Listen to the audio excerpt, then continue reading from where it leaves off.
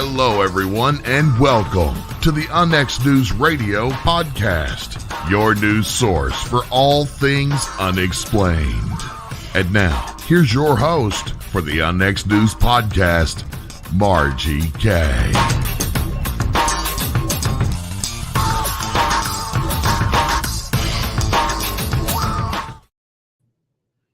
Good evening, everyone, and welcome to Unnext News. We're once again here on a Friday evening, and I've got a great show for you this evening with a very interesting guest, so stay tuned. I just have a couple of items that I would like to let you know are happening very soon. And this one I just found out about today, and it sounds extremely interesting. So if you're looking for something to do on July 2nd for World UFO Day, I've got a place for you to go. I just spoke with the gentleman who's running this, Jim Gray, today. And it is World UFO Day in Dimension G, July 2nd, 2022 in Geneseo, Kansas. In case you've never heard of that place, which, of course, until today I didn't, it is right in the middle of the state. So they are having a first ever UFO convention at a little museum there.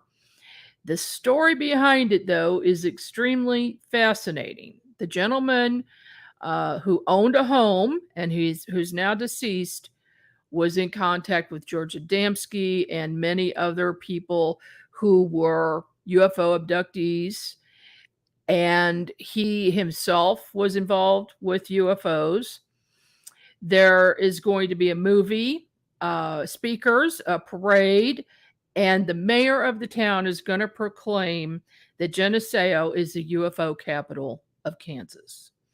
Now, there's other very strange information, and I'll tell you what, I'm going. So I'm going to investigate, and this ought to be very interesting. We've got the information up at unnextnetwork.com, so be sure to check that out.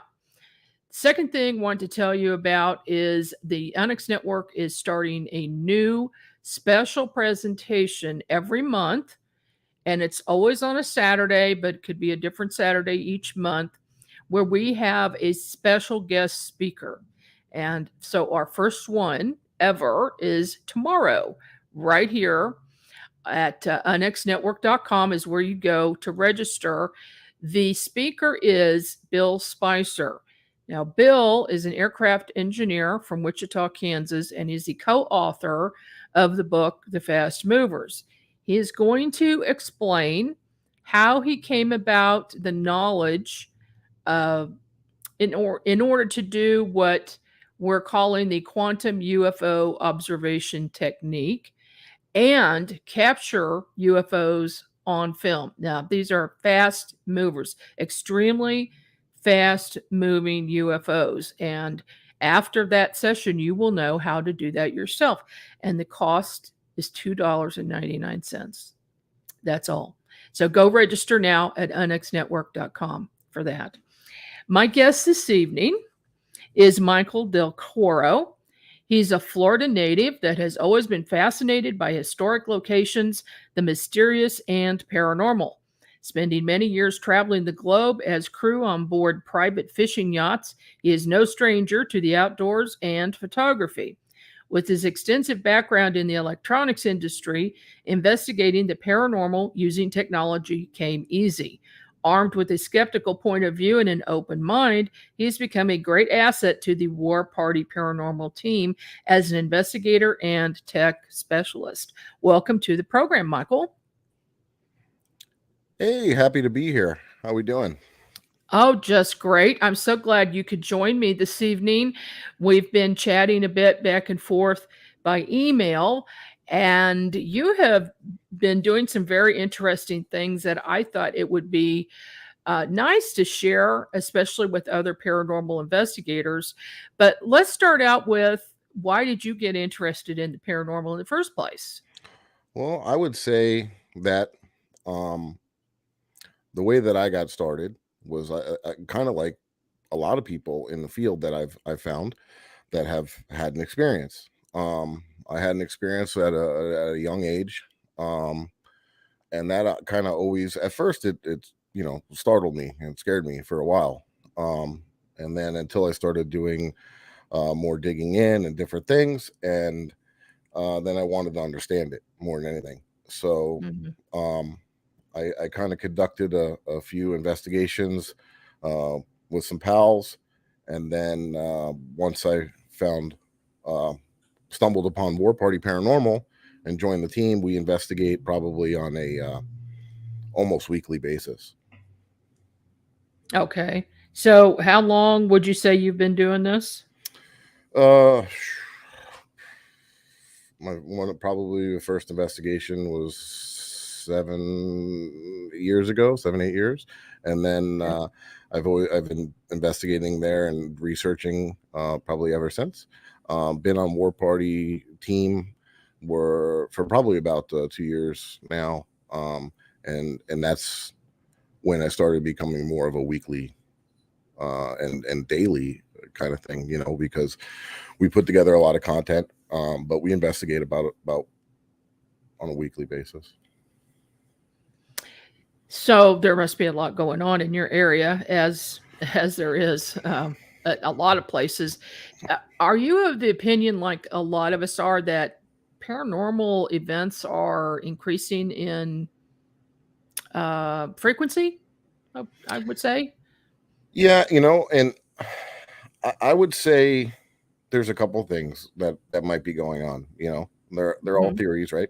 I think the thing with people like us that are sharing our content, and then you have all these shows and different things, and sometimes you know how the shows could be a little dramatic, but I think it brings awareness, and it brings more people um, into the field and excited about it and looking into it and diving into it, and it's less kind of taboo, I would say now. Mhm. Mhm. So I feel like more people are getting interested in it, and about the frequency thing. Yeah, I think that has something to do with it too. I think we are on the cusp of some kind of a new spiritual age, if you will. I think that there's something going on. I don't know exactly what it is, but maybe it's all the chain of events in the world and different things. But I think that there is, you can almost feel it, like more of an energy. And I've never been one to say anything like that. Like, I'm not sensitive per se. I mean, all people, I think all human beings are. You're just conditioned not to be. But I'm Mhm. very closed off, and that's why I stick, to mostly the time using the equipment and things like that. But yeah, I kind of feel like there's something going on, and I've asked the same question to other investigators, and they kind of Mhm. come up with the same thing. Yeah, I think there is going to be some kind of an enlightenment or some kind of a spiritual. I don't know what it is, but I definitely feel Awakening it. Yeah, awakening. would Yeah, be, I yeah. mean, and Mhm. kind of like what they're doing with the UFOs too, UAP. Sorry, right? I'm still calling them UFOs. I think that the whole reason that they kind of Yeah. changed that was to kind of go away from, and kind of make it theirs. Oops, I keep hitting my microphone, but that's Yeah, a whole they nother didn't want it topic. to sound so woo-woo, they wanted it to sound more scientific, but then, you say UAP, and to a lot of people, they don't know what that is, so you have to say, "Well, it means UFO." Okay, I know Yeah, what that exactly. is, Good point. you know?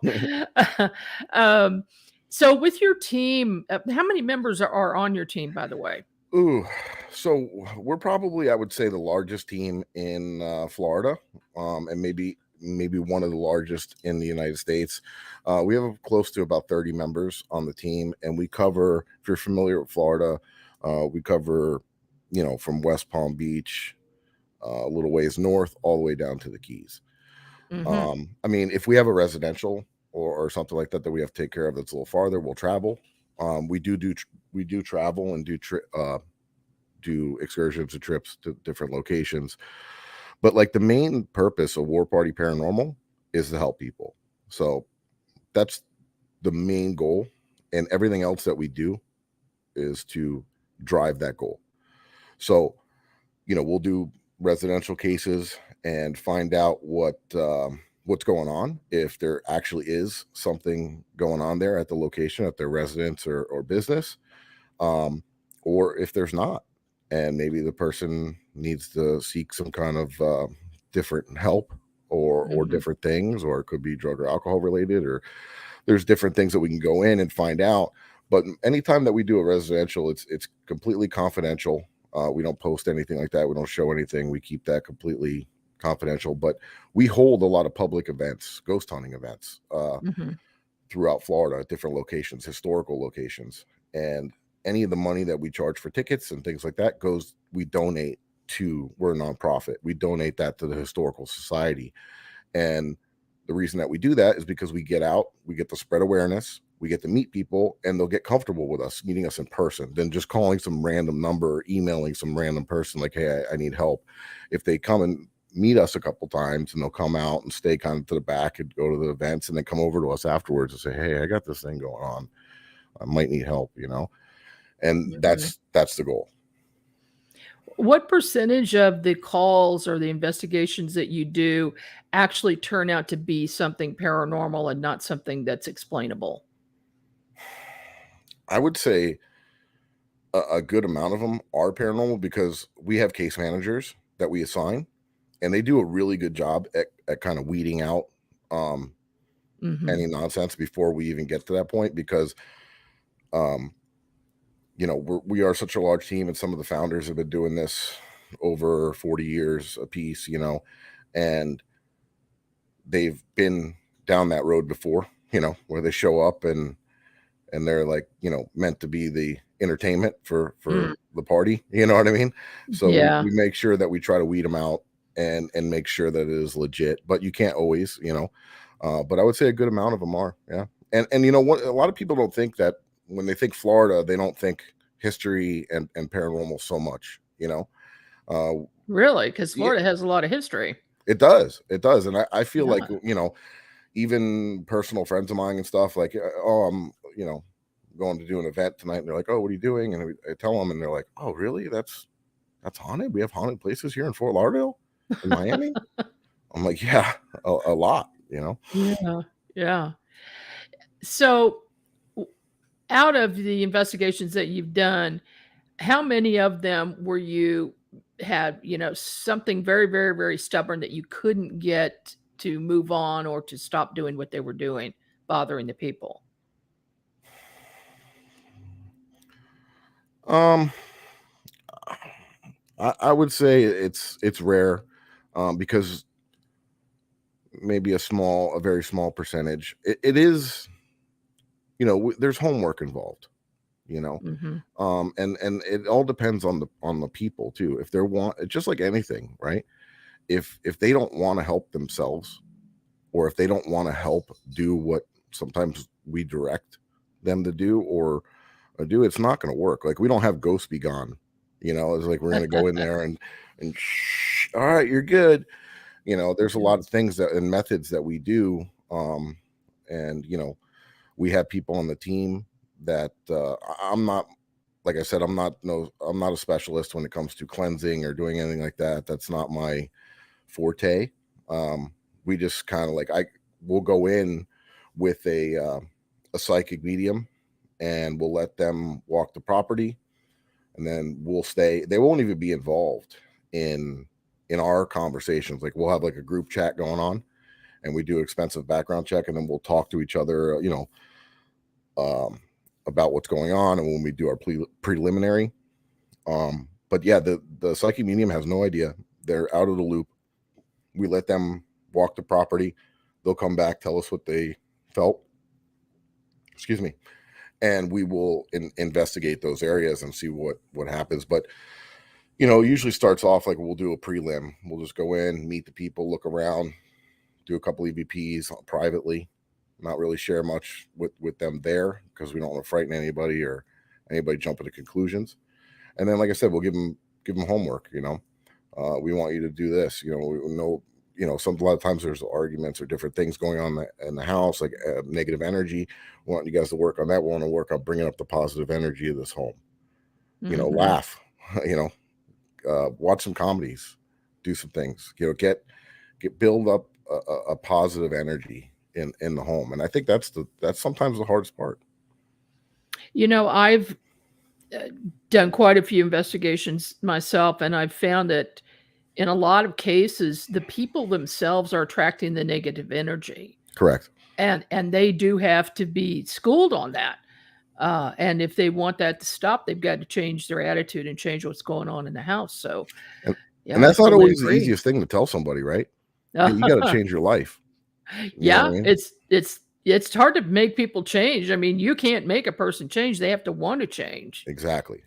And And people they yeah, don't think about that when they call a paranormal team to come in. The first thing they're thinking is like, oh, okay, they're going to come over here and put some sage and do this. Like, and then when somebody kind of looks them in the face and says, listen, you're susceptible to this because you have a lot of negative energy. There is something going on here, but the negative energy that you are holding on to or what's going on, it needs to stop, and this needs to change, and you need to do this, and this.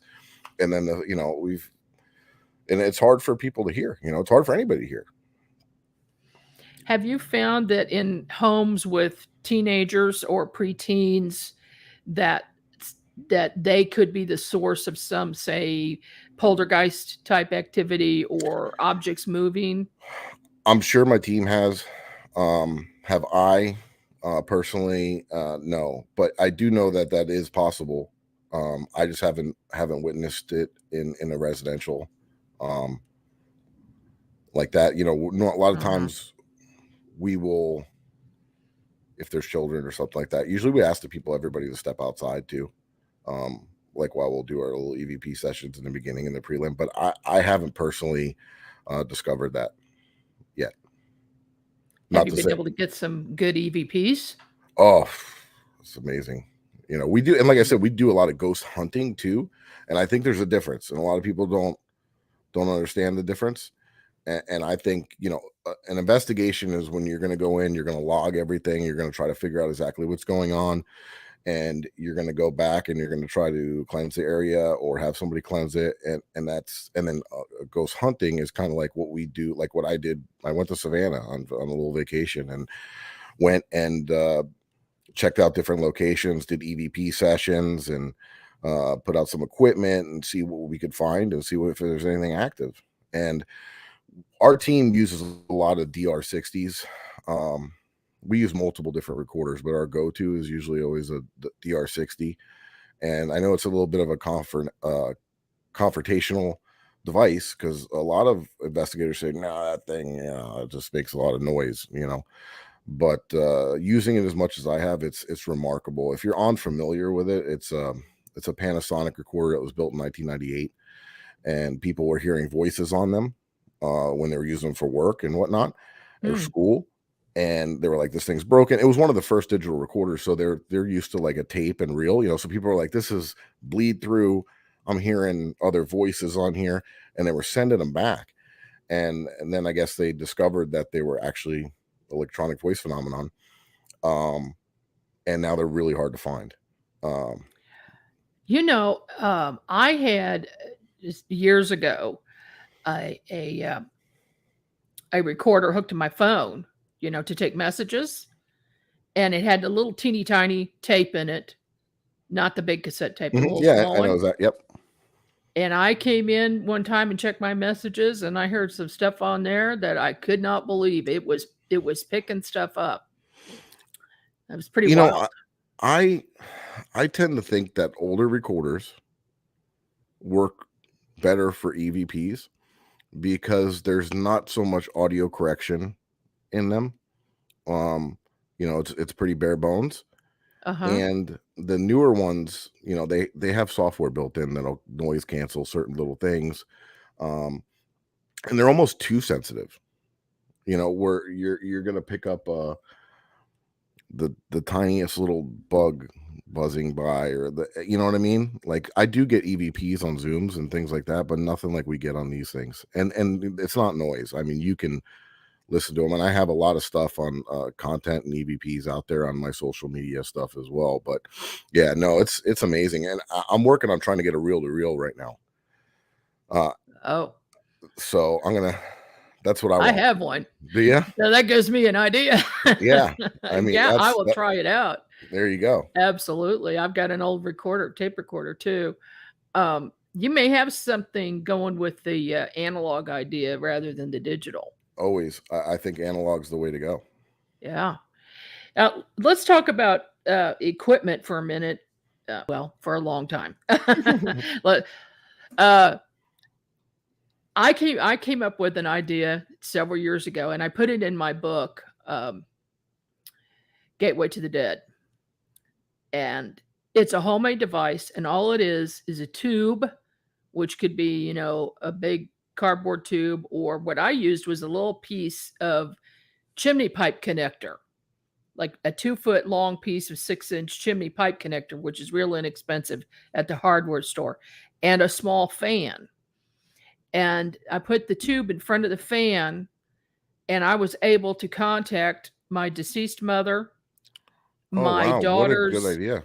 my daughter's grandmother on her father's side, and some other, and they were speaking in full sentences coming through this. And what had given me the idea is draft, because I noticed something. One of the things I do is I own a chimney contracting business, so I see hundreds and hundreds and thousands of pictures of chimneys and fireplaces, and I started noticing odd things in them that shouldn't be there.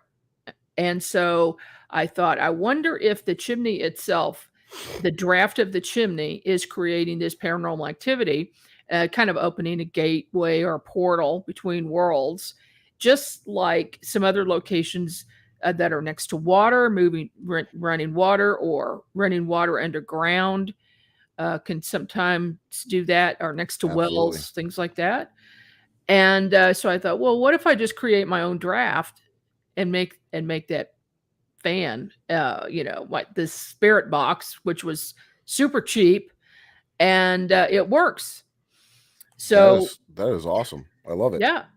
So what have you come up with that you've shared with other people?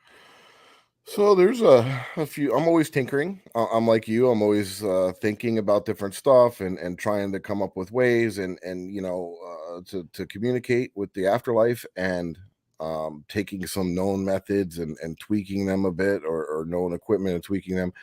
And the thing that recently that we started doing, that I came up with, and it's really been producing a lot of fantastic results, is I basically altered the Estes method. If you're familiar with that, or anybody that's listening is unfamiliar with that, Yeah. it's basically using a spirit box radio. It's FM AM sweeping radio tuner, and you could use that to communicate with spirits, in theory, that they can manipulate the white noise and have words come through. Now, when you're doing a spirit box session, just out in the open, it's very hard to isolate that, and I don't think some people do it intentionally. I think that, if you're talking about something, or the history, or things are going on, and you hear a word, you're going to kind of subconsciously think that it might be something else, because we, subconsciously, if we're already going in here thinking, all right, this and that and the other thing, and you're listening to the questions being asked and what's coming through, and it could kind of sound like that. So I'm not taking credit for this. I didn't come up with this. The guys in Estes Park at that's what the name came from, came up with it, that do the tours there at Sally Hotel. And basically you put on some noise isolation headphones, not like these, but more like drummers headphones. So they're actually noise isolation. And you plug your spirit box into that, and you blindfold the subject. Now, the reason that you do that is because of sensory deprivation. So now the only thing that they're listening to is the spirit box coming through the headset, and they can't see the person to see or read their lips for what questions they're asking. And they're just going to go ahead and repeat anything that they hear coming out of their spirit box, almost like a portal, a human portal, right? So they're just sitting there, they can't see, can't hear anything but the spirit box, and they're just repeating words that they're hearing that are coming out, that is that they think is spiritual or spirit, because sometimes with a spirit box you can hear like DJs or little things of music come through, like it's kind of like if you take your old car analog radio and you just kind of turn the knob real slowly and evenly, you hear it go like sweeping, and that's what you're going to hear. Now, there's another experiment, the Gansfeld experiment, where it's a similar type experiment where they will take ping pong balls, cut them in half, and they go over your eyes, and they will shine a bright red light. And that's the visual deprivation there. And same kind of headphones, and you're listening to white or pink noise only, not a spirit box. And this experiment was in, I think it was done in the early like times, like the spiritual age kind of deal, and they were testing ESP with it. So you would take a subject that says that they have ESP, and they would put them in this state, and then they would hold flashcards up and see if the person could tell what the flashcards are. So me looking at these two things, and I'm like, wow, you know what?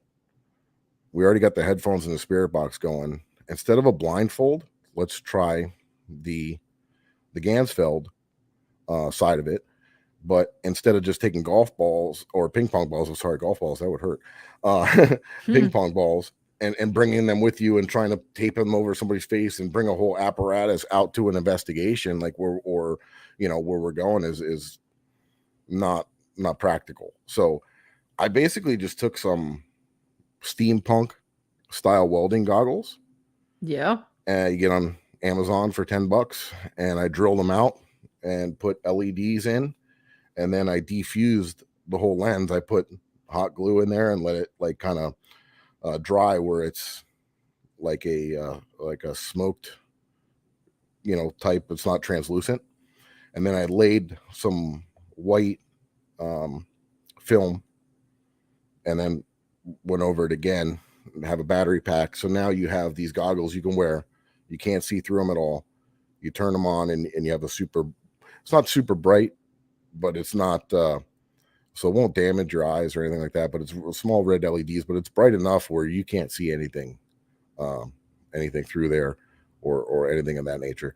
So now, instead of with the Estes method, when you have your blindfold on and your eyes closed, your eyes are open, and you just see this red light, and you listen to the spirit box. And the results have been, like I said, amazing.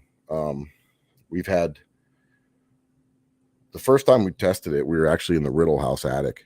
We were the first team that were allowed into the attic because we do ghost hunting tours there and events, and they let us in. The last people that were in there were Ghost Adventures in 2008, and then they locked it and wouldn't let anybody in ever since.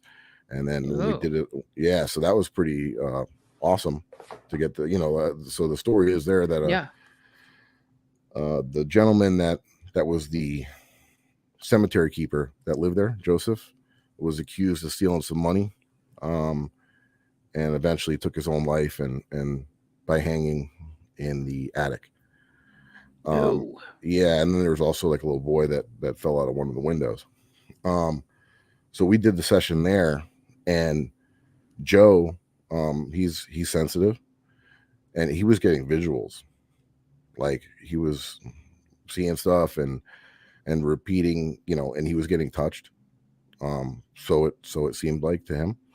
And a lot of the responses, I was like, is there a little boy here?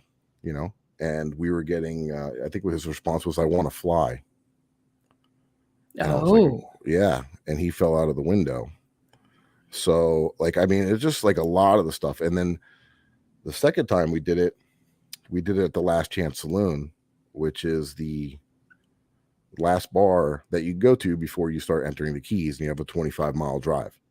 So it's the Last Chance Saloon. It used to be a pretty rough place, bikers and stuff like that, but now it's just a average, nice bar. It's a pool tables and good food. But we went in there and we were doing the experiment, and we were kind of talking about asking questions because one of the barmaids had passed away in there, and we were asking questions, and we ended up getting, Eric was doing it and shouted out a name. It was pronounced a little bit different. He said Santos, but The other teammates started going online and started Googling Santos, this area, blah, blah, blah. And they came up with Cantos, which was the family name of a man that murdered his wife in Miami and drove down to the Last Chance Saloon with his 8-year-old son and took his life and then took his own life in the parking lot. Oh, And dear. the last name was Cantos. Mm-hmm. So, that just blew my mind, right? If you listen to Spirit Box and you say Santos and it's Cantos, that's really close that you could possibly missay it or whatnot. But there's so many of the questions that lined up with the answers. And I have, like I said, some of that stuff on my social media there. Do you ever use anyone who is not an intuitive or psychic to be the person that's doing the experiment? Yeah. So we switch it up. We had Joe do the first one, and then Eric is the team leader, and he is very much like me. So he's just more like kind of into the equipment, and obviously when you're doing this as much and as often and as we are, you do start to feel like a little energy here, like I could tell this is going to be active. I feel a little heaviness or whatever, but nothing beyond that. And we had Eric do it, and that was at the Last Chance, and he's not sensitive by any means other than what I just mentioned. And then they just did it again this weekend when I was up at Savannah, so I wasn't there, but that was for a TV spot. And they filmed at a little bar that used to be the Cooper City Jail, and it had a couple cells in there, and that's going to be premiering soon. And I didn't get to see the results there yet. I'm going to go over it with Eric this weekend. Mm-hmm. Okay, well, that'll be interesting. I'm wondering about why did you choose red light rather than another color? Because the reason that I went with that, because of the Gansfeld experiment, that's what they use. They figure that something about the red light, somebody smarter than me picked that color, for a reason. And that's where I kind of took it like, all right, I'm going to mix these two experiments together and kind of see how it goes. Down the road, am I interested in testing and doing different type things with maybe different lights or flashing or things like that to see if it affects? Absolutely. But to answer your question, somebody smarter than me came up with that, and I just kind of, like I said, merged the two. All right. So you have actually made some YouTube videos showing people how to make at least the spirit box, correct? Yeah, actually a portal. Yeah, absolutely. Okay. And I have plans on doing other, and I've done some tutorials on full spectrum cameras, because I kind of go to what people ask me, like on social media and different things. People will just reach out to me and be like, hey, what camera should I get? Or what is that camera that you're using? Or, where do I get a portal like that? Or how did you do that? So the portal, I think, it's a very simple device. And what it does is it takes the white noise and the static out of the spirit box. So basically you would just hear the words that come through. And That again, would be nice. yeah. And again, I didn't invent this. I am showing people how to make their own out of the same equipment that you can get readily available.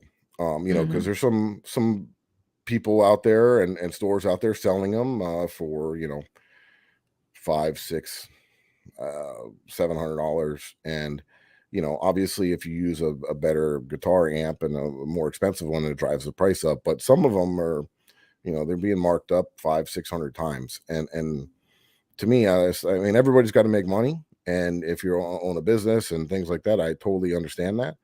But this stuff's readily available. I feel like it's almost like a little bit of taking advantage. You know, when you're marking things up that high. Hey, there's Scotty right there. She's one of our founders. She's All right. awesome. Hi, Scotty. And yeah, so basically, you know, like I said, I didn't invent this, and I made a nice little tutorial on with a list of parts on Amazon where you can get them, and all the cables that you need, the battery pack, everything, and basically piecemeal it and show you how to put it together. And what it is it consists of a noise gate from a guitar pedal, a reverb pedal, so, and a guitar amp, and some adapters and some cables and a power supply.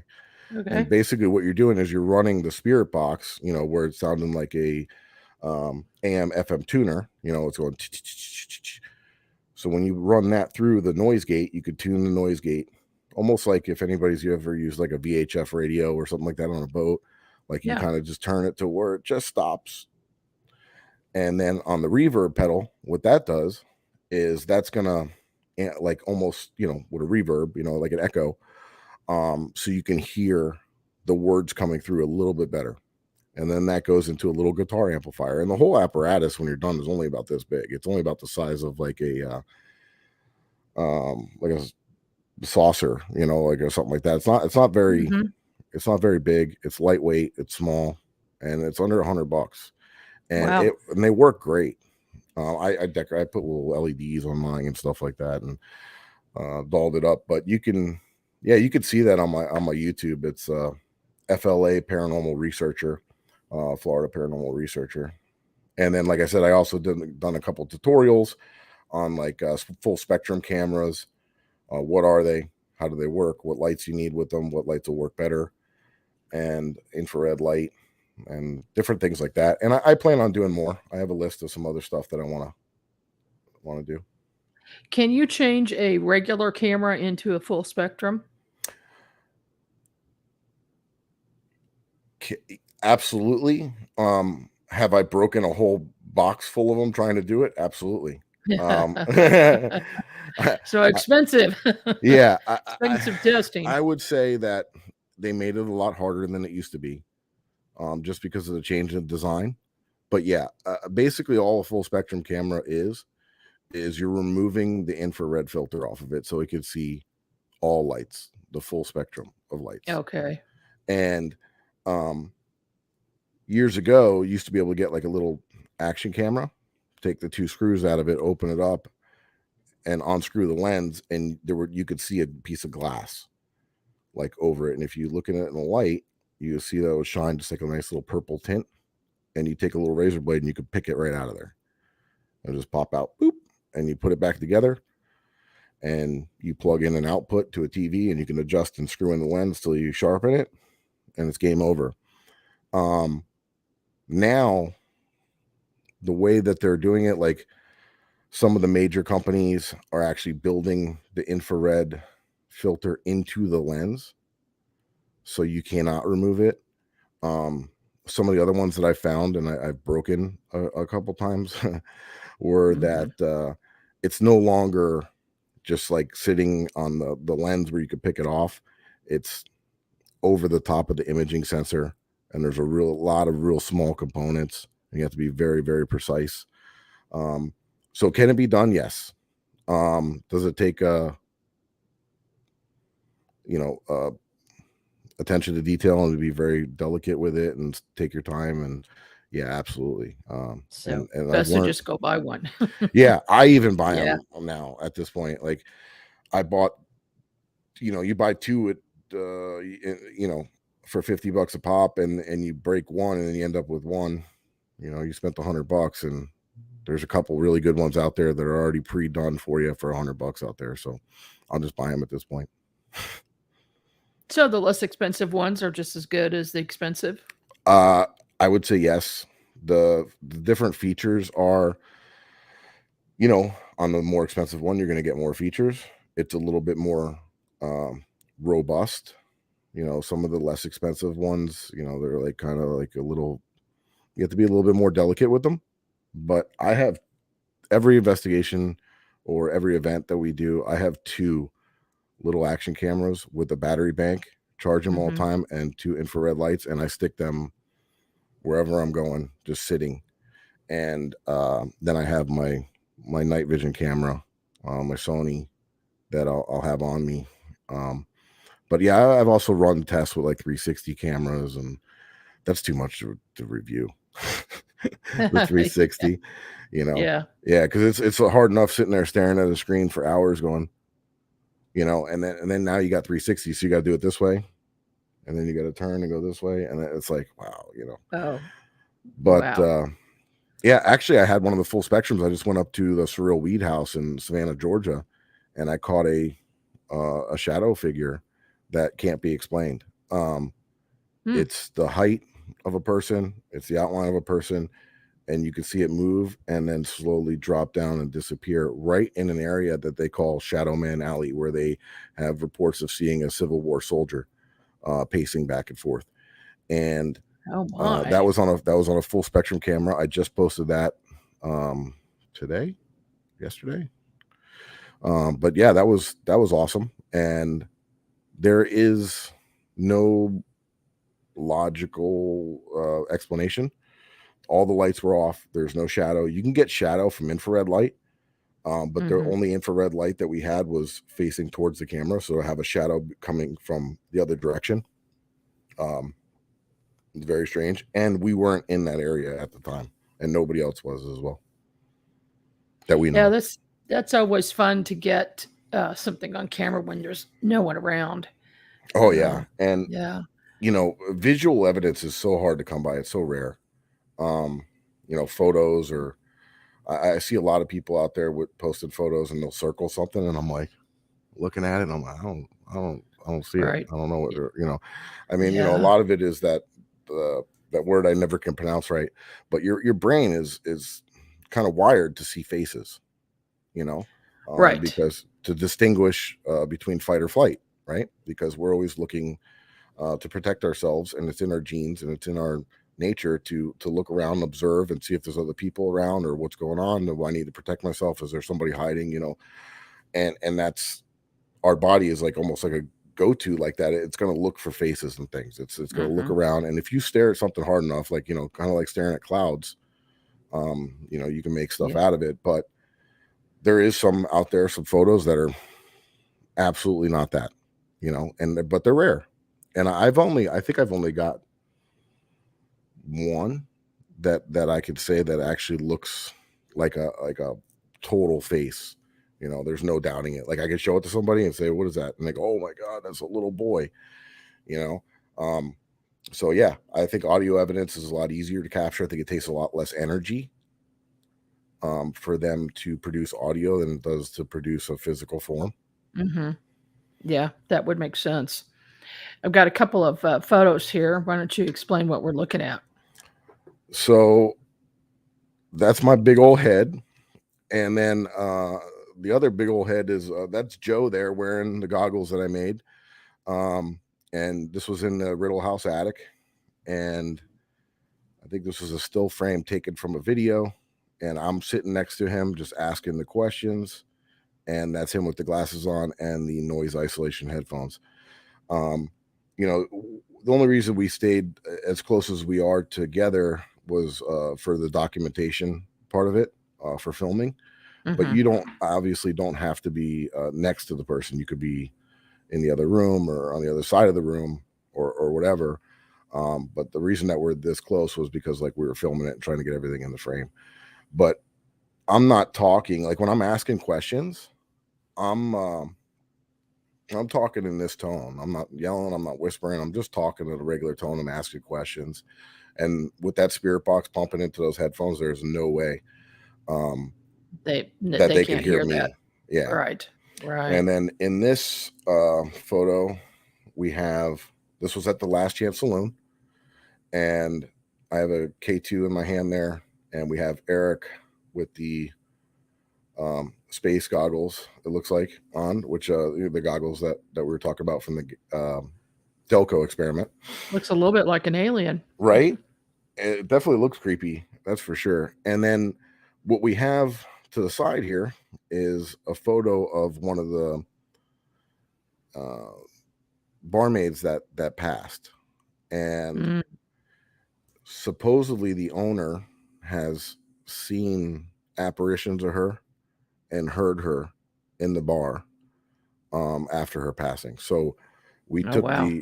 and even when we first got there and she was taking the picture to give it to us, she started feeling chest pains as soon as she grabbed the picture. So we set that there, and I have a tripwire on it, paranormal tripwire. So each one of those sensors is an EMF sensor individually, and I kind of drape that over it, and then we have a data logger and EDI next to it as well. So during the experiments, we'll have a data logger there to see if there's any temperature changes, any vibration from the geophone, barometric pressure changing, electromagnetic field, anything of that nature. And obviously we'll test the area prior to see if there's any, electricity or anything in that area that could be giving off EMF. Right. Joe, we've done a lot of Estes methods before we started doing this, and Joe would do them, and we've even taken a K2 EMF meter and like put it on a tripod, like sitting right next to him, because he always he says that he gets touched. It's hard for me to I feel like I possibly been touched before, but it's always hard for me to relate when somebody's sensitive, because I'm not, but I trust Joe, and I've known him personally for a long time, and I know he's not a BSer. But we put that device next to him to see, when he's getting touched, if we have any energy there. And sure enough, in a couple of them, like again, he can't hear or see, and he's like going like this, like something touched me on the shoulder, and then you'd see the K2 just light up right by his shoulder. Yeah, I mean, it's amazing. Yeah. So and that's really cool. Yeah, no, that's unbelievable. And that I mean, how do you explain that, right? How do you dispute it? Exactly. What's the biggest case you worked on where you had a lot of activity? I would say, I don't want to get too into detail on any of the residential sides of it, but like, I mean, as far as investigation wise, it's a residence. Yeah. Yeah. Well, I would say like probably the most active is when we go to the consistent location. I've been to Waverly Hills. I just went to Surreal Weed House. I've been to all the places, St. Augustine and different places and these really known hotspots. And I feel like it's more active at some of our local historical homes and things that aren't famous for paranormal activity. But just because we go there so often and we do these events, that we almost make a connection. Like we start to get names called out. Like Eric will get his name called. I'll get my name called. I'll hear Mike, and these are not through just one device. We're getting this through an EVP. We're getting this on the Obelisk. We're getting this on through Spirit Box, Estes methods, Delco experiments, different things, and all kinds of different names of our team. So you think the spirits get to know you? I do. I think they get to know, and they feel comfortable. And they feel, some not are they always comfortable. Sometimes, you never know what's going on their side. We could be getting over there and they could be wanting to go to sleep or lay down or doing something that they don't want to be bothered, or whatever's going on. And, but we do get a lot of get outs as well. And leave and things of that nature. And it's weird because I always wondered, like, why do we always get the same phrase, get out? Like wherever we go, we're getting, if we have like an inside joke, if we don't hear it get out at night, something ain't right. But maybe it's easier for them to say than leave me alone. Like it maybe takes less energy, just straight to the point, get out.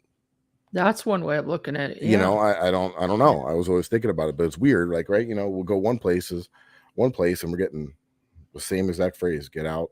And then we'll go to another place and we're getting the same phrase. But yeah, no, I would say definitely the most active is when we're consistently going to the same location. We get remarkable responses. Mhm. Well, it's the paranormal in general is fascinating to me, and I like all aspects of it. Have you ever run into something that you weren't expecting? Let's say the person thinks they have a haunted house, and did you find something entirely different ever? So I'm gonna say this, right? The spirit box was originally called a Frank's box, which I'm sure you're familiar with. And it was used to communicate with extraterrestrials. And that was the theory behind it in the beginning. Mhm. And I think that they were, at one point, people were like, all right, you know what, this is better for the paranormal field. You know, it's all paranormal, but you know what I mean? Like the haunted side of things, we're picking up on spirit. We're getting responses that are pertaining to our questions. And it kind of just went in that direction. But I have had an experience where I was like, what? You know, we were doing one of these Estes method sessions in the Gold Coast Railroad Museum, and which used to be Richmond Naval Air Station, and it got knocked down during a hurricane and started a fire, and there were some people that were killed during this fire, and the whole place was destroyed, and then it was rebuilt and turned into a railroad museum, and it's very active. And we Ah, were in part of one of the original structures, and we were doing the SS method, and we were getting like a lot of responses that were like, I would say, related to um, UFOs and things of that nature. It was strange. It was like I'd have to go back and review it, but I mean, there was so like you think it was ETs coming through? I don't know, but it could have been. It could have Yeah. been because it was like kind of like off the wall stuff. You know, it was like I think even at one point it said space, and it was like all space related type stuff, not pertaining to any of the questions that I was asking, but Mm. like, and then like Germany space craft, um, like it was very odd. Well, you're making me wanna go to that place now to And to who know, investigate. but who knows what was going on there too when it was a naval air base. Exactly. Hmm. Yeah. Yeah, that's And what I'm thinking. I'm fascinated by extraterrestrials, UFOs, cryptids. Uh, I don't follow some of it as much as I would like to because I'm so busy with what we do. Um, but we just did a podcast with a fella that does do skunk ape and Sasquatch and UFO research, Mhm. and he wants to do an experiment, um, and asked us if we would accompany him and help him with this. And we're going to go to a you know, down in Miami, there's a lot of old naval and Air Force and NASA bases that were secret that are Yes. abandoned, and we were going to go out there and do a experiment and see if we can get any responses. Oh, do let me know what happens there. I'm very Absolutely. interested in that. You know what? It's been great having you on the program tonight, Michael. Thanks so much for taking some time out of your busy schedule. And I find your inventions fascinating. What's that YouTube channel again for So people? you can find any of my stuff. It's actually easy if you just go to my website. It's Uh-huh. www.flaparanormalresearcher.com, and that has links to all my social media. But the website is the same. It's FLA Paranormal Researcher TV. And yeah, we post a lot of the content that we find, And the last thing I just want to say real quick is if anybody's out there that's listening or watching and they want to try the Delco Experiment, I urge you guys to check it out. Just tag Delco in it or Delco Experiment. And I want to see what you guys are finding. And I would be honored for other teams to start doing it. And I've had a couple people reach out and that want to do it, and go for it. Check it out. All right. That sounds great. I know I'm going to do that myself, and I'll be back in touch with you. All right. Thanks so much, Mike. Thank you very much for having me. It's been great. I'm Margie Kay. This is UNX News. Join me here again next Friday at 6 p.m. Central Time.